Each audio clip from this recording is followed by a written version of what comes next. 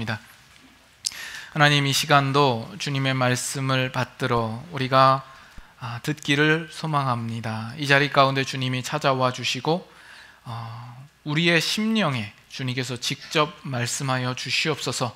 주님의 입에서 나오는 그 말씀이 우리들의 심령을 쪼개게 하시고 우리의 더러운 죄의 모습을 도려내게 하시고 오직 주님께서 거룩한 모습으로 임재하여 거하시는 우리들의 심령이 되게 하여 주시옵소서. 부족한 종을 세우셨사온데 입술을 주장하여 주시고 하나님의 말씀만을 힘있게 증거할 수 있도록 붙들어 주시옵소서. 예수님의 이름으로 기도드리옵나이다. 아멘. 어느 한 교회에 매주마다 나가서 전도를 하는 제1 여전도회가 있었습니다. 근데 이 여전도회는 1년이 되도록 한 명도 전도를 못한 거예요.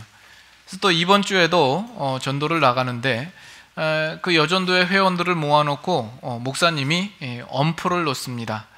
오늘도 나가서 한 명도 데려오지 못하시면 교회에 오시지도 마시고 목사라 부르지도 마세요. 이렇게 엄포를 놓았습니다. 그리고 나서 저녁이 됐는데 교회 밖이 시끌시끌한 거예요. 그래서 목사님이 무슨 일이 있나 싶어서 교회를 나가보니까 길 건너편에 그 여전도회 회원들이 335 모여 있는 거예요. 그래서 목사님이 소리쳤습니다. 다들 거기서 뭐 하세요? 그러니까 그 여전도회 회원들이 이구동성으로 이렇게 외쳤습니다. 미안해요 아저씨, 어느 교회로 옮길까 의논 중이에요. 이야기를 들으면서 제가 무슨 생각을 했겠습니까? 이렇게 말 잘 듣는 성도들이 있나 이런 생각을 했습니다. 우리 다다음 주에 새우구이 축제를 또 우리가 계획하고 준비하고 있습니다. 그 시기에 앞서서 저도 여러분들에게 분명히 말씀드리지만 그날 오실 때 여러분 한 분이라도 데리고 오시지 않으시면 저를 꼭 목사라고 불러주시고 여러분이라도 꼭 교회에 참석하셔서 말씀을 들으실 수 있기를 바랍니다. 그러나 여러분들 새우구이를 맞이하여서 다시 한번 여러분 주위를 돌아보시고 여러분들이 받은 그 구원과 복음의 의미가 크면 클수록 더 안타까운 마음으로 다가갈 수 있어야 하리라 생각을 합니다. 여러분께서 하나님의 그 심장을 품으시고 주위를 보시고 그날을 기해서 한 분이라도 여러분께서 같이 인도하여서 발걸음을 같이 하셨으면 좋겠습니다. 우리가 이제 요한복음 9장에 들어왔습니다. 오늘 읽은 본문에 보면 예수님께서 길 가실 때에 한 소경을 고치시는 사건이 나옵니다. 우리가 지난주까지 8장을 살펴보았죠. 지난주에 그 8장의 내용을 정리하면서 그 예수님께서 이 유대인들과 대면하여서 인간 내면에 자리 잡고 있는 인간 존재의 근본적인 문제인 그 죄의 문제를 계속해서 꼬집고 끄집어내시고 들춰내신 그 내용이 들어있음을 우리가 확인했습니다. 그리고 나서 오늘 9장이 나오는데 이 9장에 나오는 이 소경을 고치는 이 사건은 8장에 있는 그 내용과 아주 그 긴밀한 연결선상에 놓여 있는 것입니다. 이것이 단지 동떨어져서 관계없는 내용이 아니라 8장과 함께 이해되어져야 할 사건입니다. 그 근거는 오늘 읽은 본문의 9장 5절을 보시면 내가 세상에 있는 동안에는 세상의 빛이로라 예수님께서 이렇게 말씀합니다. 근데 요한복음 8장에서도 예수님께서 그와 같은 말씀을 하셨죠. 8장 12절 한번 보시죠. 예수께서 또 말씀하여 이르시되, 다 같이 읽습니다. 나는 세상의 빛이니 나를 따르는 자는 어둠에 다니지 아니하고 생명의 빛을 얻으리라. 그 초막절에 있는 빛 의식을 그 예수님께서 관련하여서 이와 같은 말씀을 하시죠. 예수님께서 이 땅에 세상의 빛으로 오신 그 사실에 대하여서 8장과 9장에 이렇게 동일하게 말씀하시고 있는 내용을 보더라도 이 8장과 9장이 연결되어 있다라는 사실을 우리는 짐작하여 볼 수가 있습니다. 그래서 오늘 우리가 함께 읽었던 이 본문에 예수님께서 한 맹인을 고치시는 이 사건은 그저 단순하게 예수님께서 이적과 능력으로 눈먼 자도 치유하시고 눈을 뜨게 하실 수 있더라 하는 이야기 정도를 이야기하는 내용이 아니다라는 것입니다. 예수님의 공생의 사역을 보면 예수님께서 많은 사람들을 치유하시고 고치십니다. 죽은 자를 일으켜 세우시기도 하시고 또 문둥병자를 고치시기도 하시고 귀신 들린 자를 쫓아내시기도 합니다. 또 어떤 경우에는 먼저 예수님에게 고쳐주시기를 요청하여서 그 요청에 응답하여 예수님께서 고치시는 경우도 있고, 또 어느 때는 예수님께서 그 사람 안에 있는 믿음을 보시고 그 사람을 고치시는 경우도 있습니다. 그러나 오늘 본문에 나타난 이 사건은 다른 사건과는 좀처럼 다르게 보이는 면들이 있고 그 시작부터가 다릅니다. 이 사건의 시작은 제자들이 먼저 예수님에게 질문하는 것에서 시작을 하죠. 이 사람이 맹인된 것이 누구 때문입니까? 자기의 죄 때문입니까? 아니면 부모의 죄 때문입니까? 라고 묻습니다. 이 제자들은 그 당시 팔레스타인에 있는 유대인들이 일반적으로 가지고 있는 그 사상을 가지고 지금 묻고 있습니다. 죄와 이 고난이라는 것은 상당히 밀접하게 연결되어 있다라는 그런 생각을 가지고 있었던 거죠. 그래서 그 당시에 랍비들도 인간이 죽음을 당하는 것은 그 죄로 말미암고 죄를 통하여서 그 죽음이 따른다라고 그렇게 가르쳤던 것이죠. 그래서 우리도 신앙생활할 때 우리도 비슷한 생각을 할 때가 있지 않습니까? 여러분의 삶에 어떤 우환이 닥치고 어려운 일이 닥치면 내가 하나님 앞에 뭔가 잘못했나? 내 안에 어떤 죄가 있나? 라는 생각을 우리 할 때가 있습니다. 그런 생각이 전혀 근거 없는 이야기는 아닙니다. 그럴 경우가 있고, 그렇지만 또 그렇지 않은 경우가 있는 거죠. 그러나 지금 오늘 이 맹인된 사람은 아닌 경우에 해당이 되죠. 예수님께서 뭐라고 말씀하시냐 하면 이 사람이 이렇게 된 것은 자기의 죄 때문도 아니고 자기 부모의 죄 때문도 아니고 3절에 나와 있듯이 뭐라고 나와 있습니까? 그에게서 하나님이 하시는 일을 나타내고자 함이라 라고 말씀을 하고 있다라는 거죠. 이걸 봐서 이 사람이 이 맹인이 된 것은 하나님의 특별한 목적을 따라 된 것이고, 그 하나님의 특별한 목적이라고 하는 것은 하나님의 하시고자 하는 일을 나타내고자 하는 것이고, 하나님의 하시고자 하는 일은 바로 구원의 일을 가리켜서 말씀을 하는 것일 겁니다. 그래서 지금 이 사건은 예수님께서 왜 우리 인간에게 오셨어야만 했는가에 대한 이유를 우리에게 설명해 주고 있습니다. 우리가 얻은 구원에 대한 설명을 나타내 주는 사건입니다. 구원에 대한 대표적인 설명이라고 할 수 있습니다. 이 사건이 구원에 대한 설명이라고 했을 때 우리가 주의하고 주목해서 보아야 할 표현이 있습니다. 그것이 뭐냐면 9장 1절에 나와 있는 대로 날 때부터 맹인된 사람이다 라는 것입니다. 이 사람이 날 때부터 맹인되었다라는 이 사실에서 우리가 알 수 있는 것은 무엇입니까? 이 사람은 처음에 날 때부터 빛을 보지 못하고 태어났어요. 처음부터 어둠에 친근하고 어둠에 익숙해 있는 사람입니다. 빛에 대하여서 전혀 경험이 없는 사람이고, 그렇기 때문에 자신이 맹인된 사실에 대하여서 큰 문제의식을 가지지 못했고 그 심각성을 알지 못하는 사람이었을 겁니다.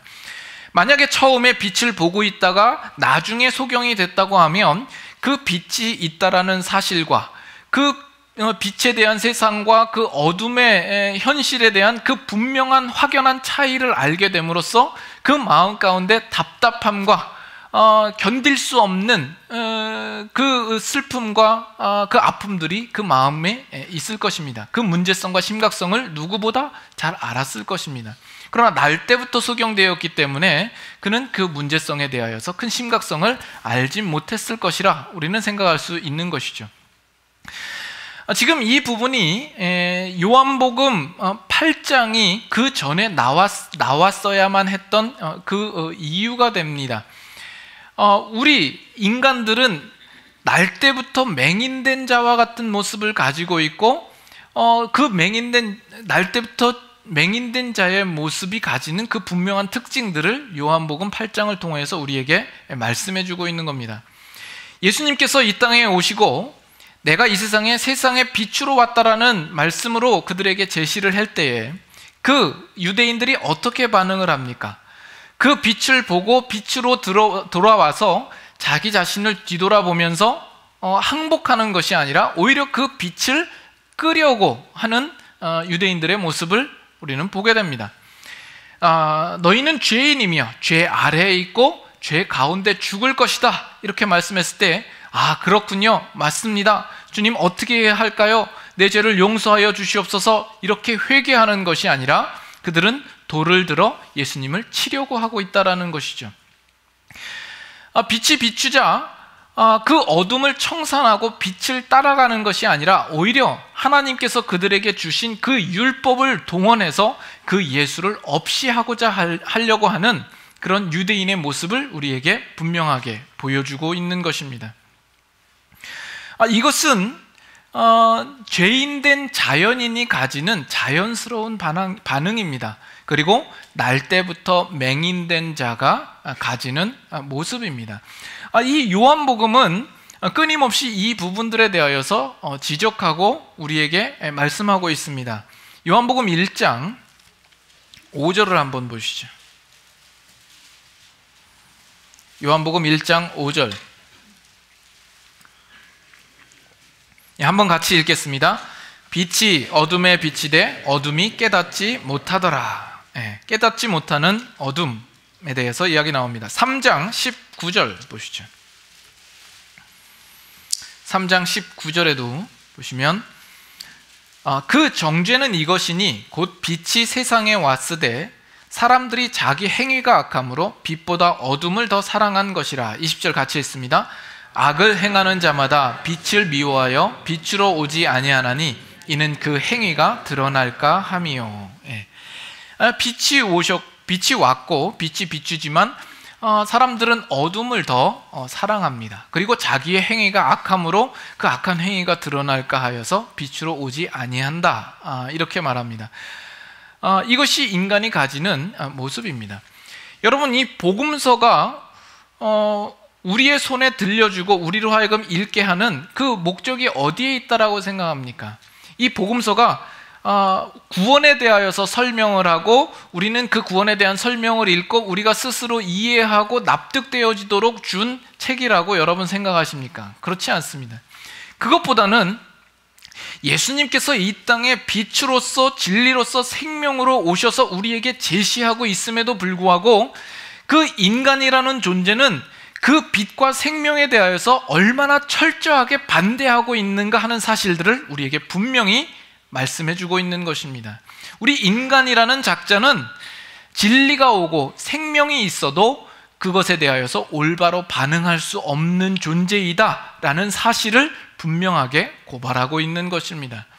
그리고 이것이 단지 유대인들에게만 해당되는 문제가 아니라 모든 인간들에게 해당되는 문제임을 우리에게 말씀해주고 있는 거예요. 여러분, 성경이 왜 죄에 대하여 그리고 인간의 상태에 대하여서 이토록 집요하고 끈질기게 지적하고 들춰내고 있을까요? 그 이유는 우리가 얻은 이 구원이 얼마나 크신 하나님의 능력이요 얼마나 놀라운가를 우리로 알게 하기 위하여서는 그 전에 우리가 있었던 죄 아래에 있는 우리의 상태가 얼마나 참혹하고 비참하고 더러운가 하는 사실들을 우리에게 일깨우는 그 방법밖에는 없기 때문에 그렇습니다. 또 지난주에도 우리가 말했듯이 여러분들이 얻은 구원이 여러분의 인생과 삶 속에서 그저 싸구려 구원처럼 인식되는 가장 큰 이유 중에 하나는 우리가 그 전에 있었던 그 죄 아래에 있었던 우리의 그 참혹한 그 상태, 그 심각한 상태를 우리가 모르고 있기 때문에 그렇습니다. 만약 죄 아래에 있는 우리의 모습을 직시하고 그 자리에 정말 더러움과 그 비극을 우리가 안다면 우리가 얻은 구원이 얼마나 놀라운가를 우리는 알 수 있게 될 것입니다. 예전에는 서울대나 연고대 이런 대학을 가는 것이 그렇게 어렵지 않다라고 이야기를 듣습니다. 저는 모르죠. 그러나 이제 저보다 연세가 있으신 나이 지긋하신 분의 이야기가 그렇습니다. 그 당시라고 치면 한 40년, 50년 전이었을까요? 그래서 자녀들한테 그렇게 말하지 말라라는 거죠. 너희 엄마 아빠는 다 서울대 나오고 좋은 대학 나왔는데 너는 왜 그런 대학 가지 못하냐, 이렇게 꾸짖지 말라라는 겁니다. 그 당시에는 대학을 가는 것이 실력이 없어서 못 가는 이유보다 가정 형편이 좋지 않아서 못 가는 경우가 더 많았더라는 것이죠. 그래서 줄만 잘 쓰고 눈만 똑바로 뜨면 얼마든지 갈 수 있는 곳이 대학이었다라는 겁니다. 예전에 좋은 대학 나오신 분들 날 무시하나 이렇게 생각하지 마십시오. 저 들은 이야기니까 저는 모르지만, 그러나 오늘날 한국에는 그 대학 가기가 상당히 어렵다라는 것이죠. 그래서 서울에 있는 대학만 들어가도 우리는 서울대라 이렇게 인정해줘야 된다라는 겁니다. 그래서 서울에서 약간 떨어진 대학은 서울약대를 간 거고, 제법 떨어진 대학은 서울법대, 상당히 떨어진 대학은 서울상대를 간 거나 진배 없다. 시골에 이름 없는 대학을 가더라도 국민대를 다녔구나, 우리는 이렇게 생각을 해야 된다라고 이야기를 합니다. 그 대학을 가는 그 관문이 정말 어렵고 정말 힘든 과정이라면 그 대학을 들어갔을 때 가지는 그 감격과 그 기쁨이라는 것은 얼마나 더 크겠냐라는 것이죠. 그러나 우리가 얻은 구원은 그저 들어가기가 어려운 관문 정도가 아니라 마치 장림되었던 자가 눈을 뜨는 것과 같은 그 현실을 우리가 맞게 되는 것이다라는 겁니다. 성경은 심지어 뭐라고 이야기하고 있냐면, 우리는 다 죽었던 자이다. 마치 죽었던 자가 다시 살아나는 것을 구원으로 설명을 하고 있는 겁니다. 에베소서 2장 한번 가보시죠.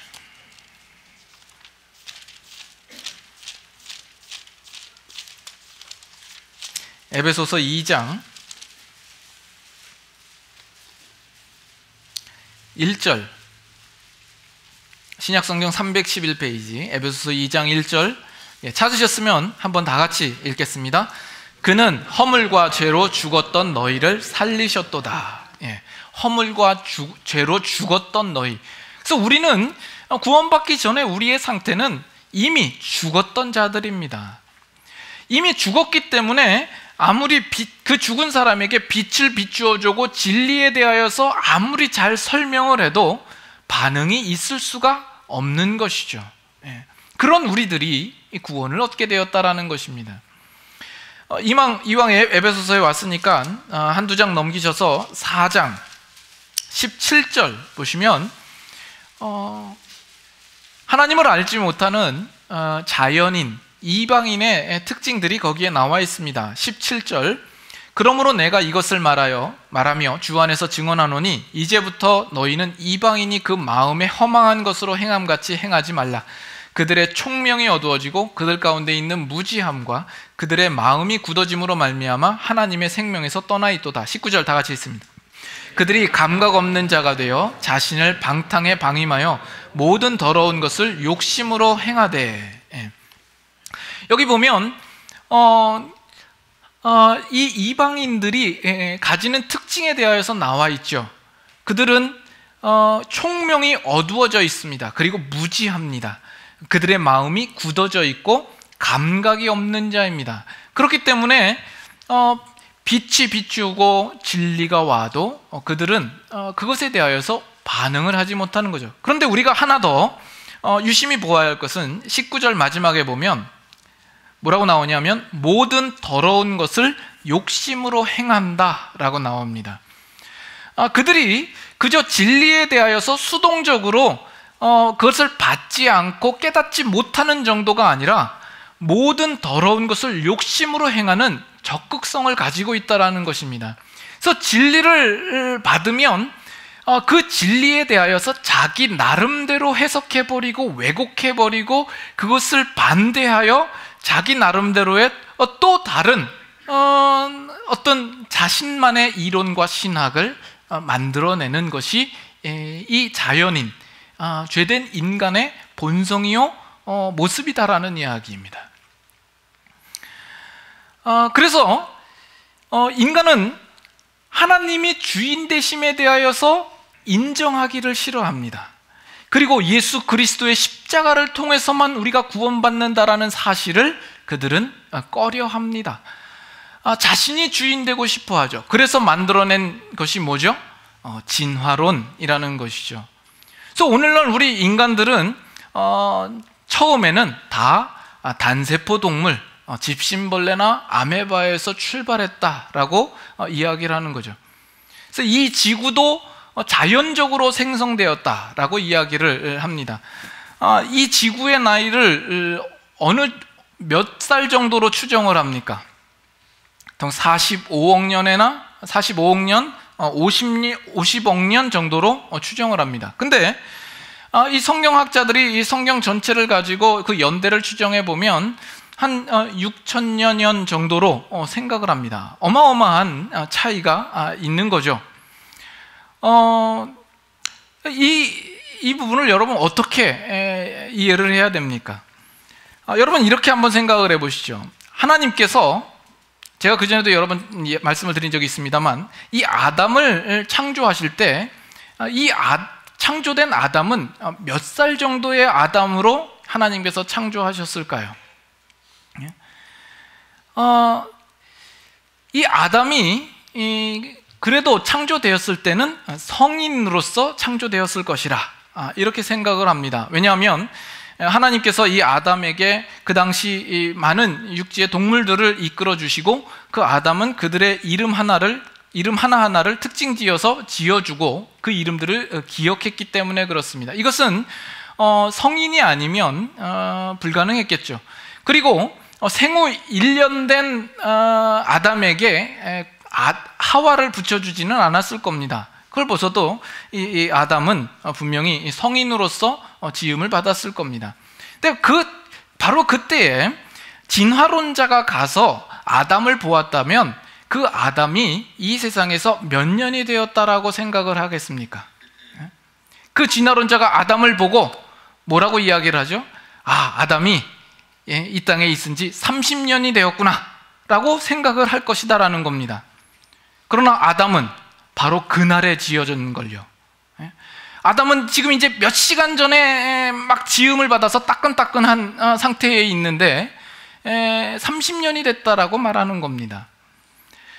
이 지구가 50억 년이 되었다라고 진화론자들이 말하고 있지만, 그러나 사실 하나님께서 처음에 이 지구를 창조하셨을 때 몇 년짜리 지구를 창조하셨는지는 우리가 모르고 있는 것입니다. 하나님께서 이 지구를 창조하셨을 때 처음 창조했으니까 밋밋하게 모래만 쫙 깔린 그런 지구로 만드시는 것이 아니라 이 지구도 아담처럼 그 정도의 어떤 나이와 어떤 그 시간을 흐른 상태의 지구를 만드셨을 것이다라는 것이죠. 그래서 아담을 보면 30년밖에 차이가 나지 않지만 이 지구를 보면 몇십억 년의 차이가 생길 수 있는 것이죠. 여러분들이 이 이야기를 듣고 여러분들 불신자에게 가서 이렇게 설명해 주면 되겠구나 라고 생각하지 마십시오. 여러분들이 이렇게 설명하면 그렇구나 하고 그들의 마음을 바꿔서 진화론에서 창조론으로 바꿀 것이다 라고 생각하면 큰 오산이다라는 것이죠. 이 인간이라는 존재는 언제나 자기가 우기고 있는 것을 합리화시키기를 좋아하는 종족입니다. 그래서 듣고 그것을 나름대로 객관적으로 바라보고 거기에 대하여서 올바른 진리의 결론을 낼 수 있을 만한 능력이 사실은 인간이 되지 않습니다. 인간은 언제나 듣더라도 자기의 목적을 가지고 듣는 법이고 자기가 듣고 싶은 대로 듣는 법이고 곧이곧대로 듣지 않습니다. 그래서 인간의 귀는 기계가 아닙니다. 우리가 레코딩 하듯이 어떤 이야기를 들으면 그 들은 대로 고스란히 간직하고 있는 것이 아니라 인간 나름대로 들으면 거기에 대하여서 자기 나름대로 애드하기도 하고 자기 나름대로 변형시키기도 하고 해석하기도 하고 그런 것이죠.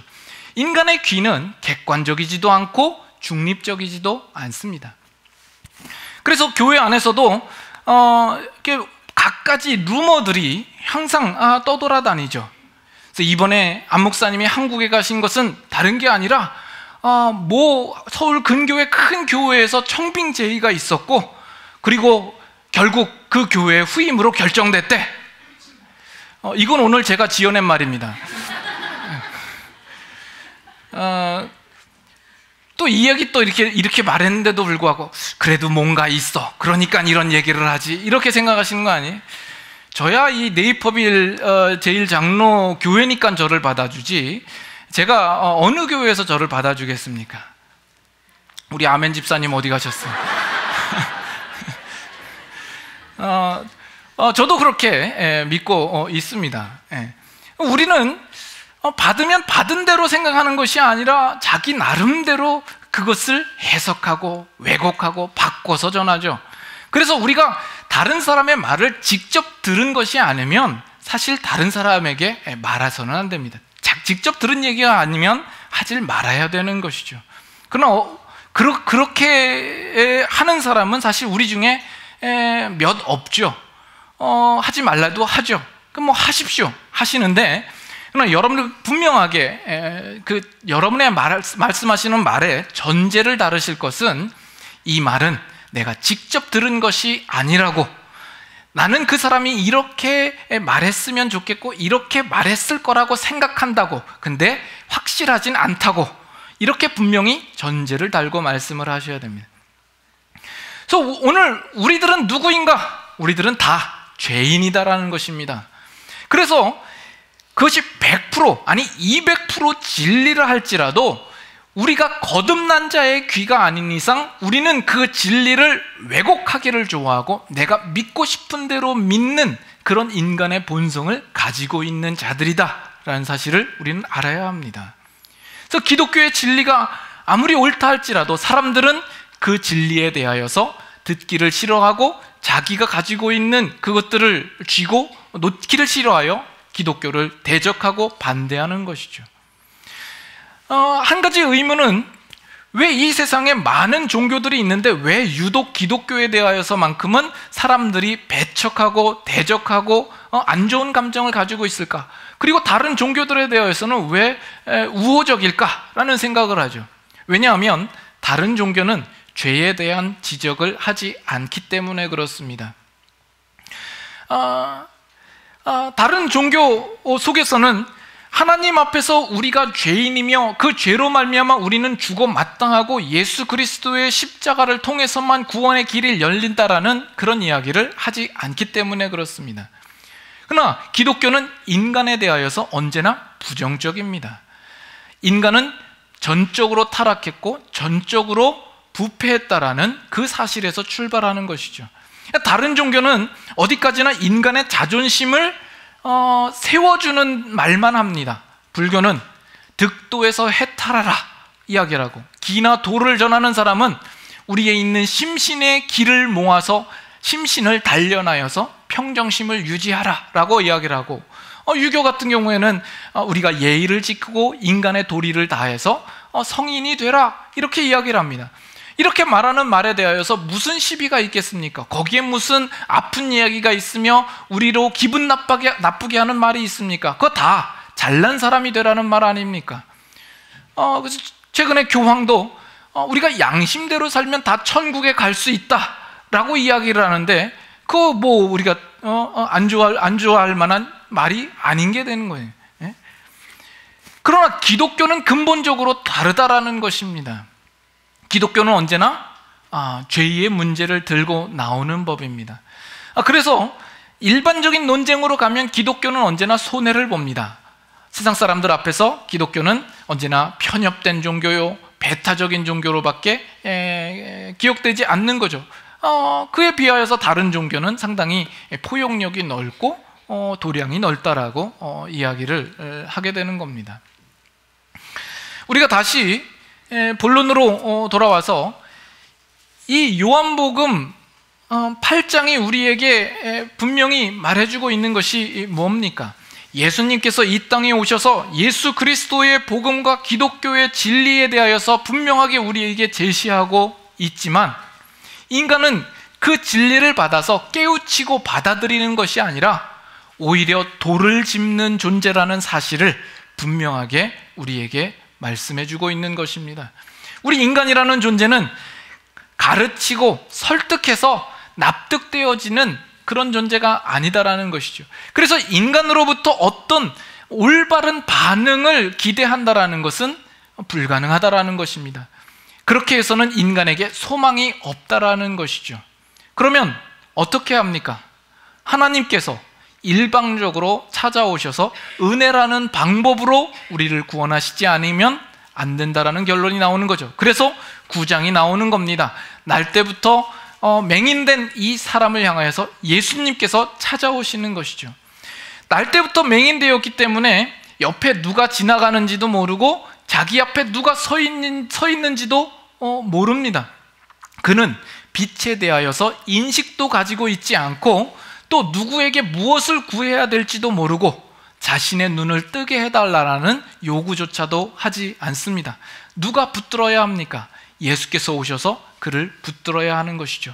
예수께서 요청하지도 않은 이 날 때부터 맹인된 자를 먼저 찾아오시고 손을 내미시고 이 맹인을 고쳐주시는 것이죠.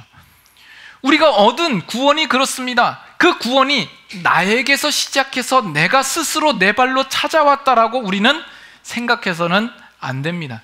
우리는 날 때부터 맹인된 자들입니다. 그 빛에 대하여 감각도 없고 하나님을 알지도 못하고 하나님 앞에 무릎 꿇을 마음조차 없었던 자들입니다. 그러나 예수님께서 먼저 우리에게 찾아와 주셨고 우리에게 눈을 뜨게 하신 것이죠. 예수님께서 이 날 때부터 맹인된 자를 찾아오신 이유는 예수님께서 우리에게 찾아오신 이유와 똑같습니다. 우리는 유대인들과 동일한 자들이요 앞을 볼 수 없는 자들이지만 예수님께서 오셔서 우리를 눈을 뜨게 하신 것입니다.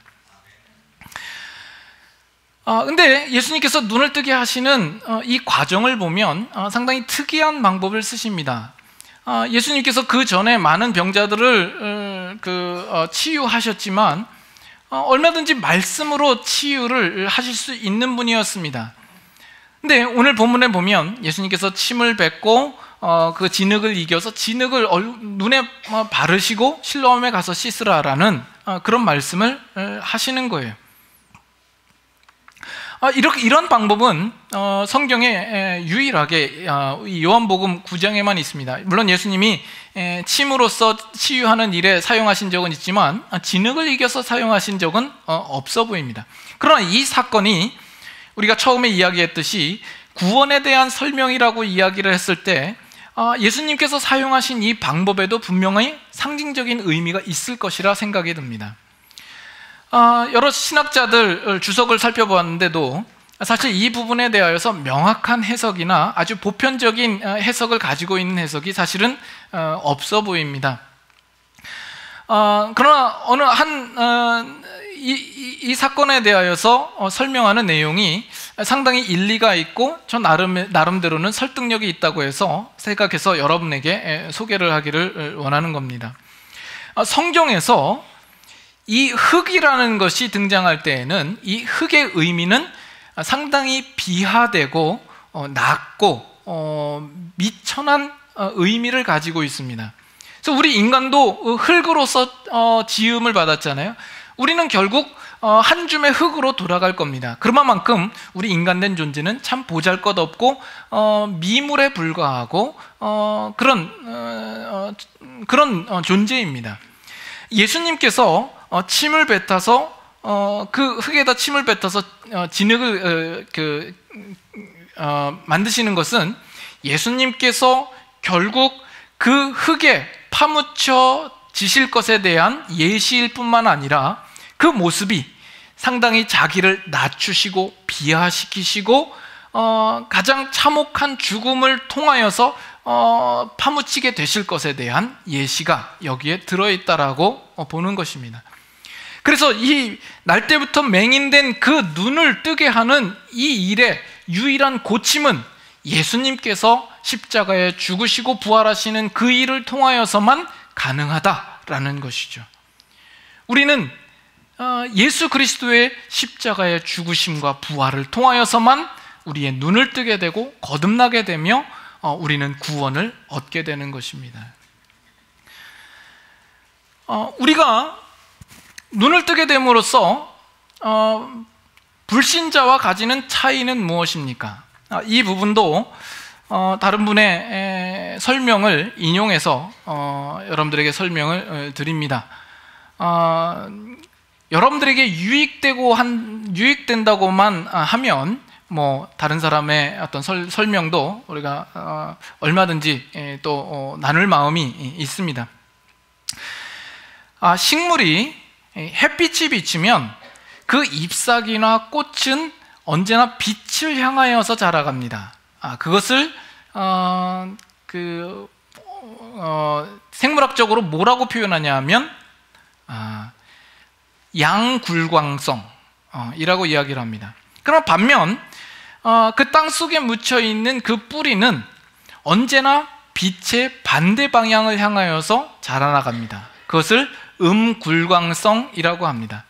그래서 신자가 정말 그 눈이 띄어지고 그 빛을 보게 되면 우리 신자는 언제나 하나님을 향하여서 앞으로 나아가는 그런 모습을 가지게 되는 것입니다. 반면 불신자들은 그 빛의 반대 방향을 향하여서 하나님께 등 돌린 상태로 나아갈 수밖에 없는 그 인생을 살게 된다는 것이죠. 오래전에 가요 중에 불나비 사랑이라는 가요가 있었습니다. 혹시 기억하시는 분이 있으십니까? 네, 과거에 다 공부만 열심히 다 하셨나 봅니다. 예전에 불나비라는 영화가 있었고 그 영화의 주제가를 김상국이라는 가수가 그 불나비 사랑이라는 가요를 불러서 많은 사람의 호응을 얻었다라는 이야기를 인터넷을 통해서 제가 정보를 얻었습니다. 이 불나비 사랑의 가사를 제가 조금 적어왔는데요. 얼마나 사무치는 그리움이냐, 밤마다 불을 찾아 헤매는 사연, 차라리 제가 되어 숨진다 해도 너를 안고 가련다 불나비 사랑. 제가 직접 불러보기를 원하십니까? 그런 일은 결코 없을 겁니다. 이것은 상당히 맹목적이고 멈출 수 없는, 주체할 수 없는 사랑에 대하여서 이야기를 하죠. 이 불나비가 가지는 그 습성이 뭐냐 하면, 불나비는 언제나 불을 보면 달려든다고 합니다. 그 불에 자신의 몸이 타는데도 불구하고 그 불 속으로 뛰어드는 습성이 있는 거예요. 그래서 이것을 생물학적으로는 어떻게 설명을 하냐면, 이 불나비는 빛이 있으면 빛이 있는 쪽으로 그 근육이 수축이 되는 겁니다. 그래서 자신도 모르게 핸들이 그쪽으로 꺾이는 겁니다. 그것을 거부할 수 없이 그것이 뜨거운 불이라 할지라도 그 불구덩이로 뛰어들게 되더라는 것입니다. 우리 인간이 죄인 되었다라는 사실이 이 모습과 상당히 비슷합니다. 죄인은 우리의 가는 길이 사망의 길이요 죽음의 길임에도 불구하고 우리는 그것을 거부할 수 없이, 인간은 거부할 수 없이 그리로만 향할 수밖에 없는 모습이 되어 있는 것입니다. 그러나 우리가 예수 그리스도를 알고 빛을 보고 거듭나고 구원을 얻은 자가 되면 이제는 우리가 사망으로 향하던 그곳에서 반대 방향으로 우리가 방향을 돌이켜서 행할 수 있는 그 자유를 얻게 되는 것입니다. 이것이 우리 그리스도인들이 가지는 자유가 되는 것이죠. 더 이상 사망으로 행할 수밖에 없는 그 자리에서 이제는 우리가 돌이켜 생명과 거룩으로 행할 수 있는 자유가 생기는 것입니다. 그래서 우리가 이 세상에서 많은 사람들이 혼동을 가지는 것 중에 하나가, 이 세상에서 예수님을 믿지 않는 불신자가 오히려 윤리적으로나 도덕적으로나 선한 행실에 있어서 훨씬 뛰어나고 높은 사람을 봅니다. 그렇죠? 그러나 그 사람이 아무리 윤리적으로 도덕적으로 깨끗하고 착하다 할지라도 구원은 못 받습니다. 왜냐하면 그 사람은 아무리 그렇다 할지라도 하나님을 향하여서 등 돌리고 어둠을 바라보고 어둠을 향하여서 가고 있기 때문에 그렇습니다. 그러나 신자는 아무리 타락하고 범죄하여도 그 방향이 하나님을 향하여서 나아가고 있다는 것이죠. 우리 신자들이 어느 때 우리의 시야가 가장 선명해지냐면 우리가 범죄했을 때, 우리가 나쁜 짓을 했을 때 우리는 하나님에 대하여서 시야가 분명하죠. 그래서 우리는 그때 하나님 앞에 나와서 애통하며 가슴을 치며 회개하는 자리로 나오게 되는 것입니다. 그래서 우리는 종종 듣습니다. 세상 사람들이 왜 예수 믿는 것들이 예수 안 믿는 분들보다 못하냐? 그런 이야기를 들으면 우리는 부끄럽습니다. 그러나 여러분, 그것 때문에 혼동하시지는 마십시오. 우리는 근본적으로 눈을 뜬 자요, 구원을 얻은 자요, 거듭난 자입니다. 빛을 보지 못하고 어둠 속에 있는 자와는 근본적으로 차이가 있는 것이죠. 이제 새우구이 축제가 2주 앞으로 다가왔습니다. 여러분들이 예수 그리스도를 알고 예수 그리스도를 통하여서 그 빛을 보고 눈을 뜨신 자라면 아직까지 어둠 속에 있으며 빛을 경험하지 못한 그 영혼들에게 찾아가서 여러분들은 그 빛에 대하여서 증거하셔야 할 것입니다. 우리 새롭게 구원을 이야기하자. 우리는 다시 한번 우리가 얻은 구원이 무엇이고 그 구원에 대하여서 그 구원을 알지 못하는 자들과 함께 나누어야 할 것입니다. 물론 우리가 찾아가서 우리가 그들에게 잘 설명하고 설득을 한다고 해서 그들이 돌이키는 결정적인 요인이 되지는 않을 것입니다. 우리가 할 수 있는 유일한 것은 그 사람들에게 예수 그리스도를 소개하는 것일 겁니다. 그러나 하나님께서 그들을 긍휼히 여기시고 예수님께서 기뻐하신다면 예수님, 우리를 찾아오신 예수님께서 동일하게 그들에게도 찾아가셔서 그들의 눈을 뜨게 하실 것이고 그들에게 구원을 베푸실 줄로 믿습니다. 이 새우구이 축제를 통하여서 그러한 하나님의 놀라운 역사를 우리가 다시 한번 경험하게 되기를 소망합니다. 함께 같이 찬양하겠습니다.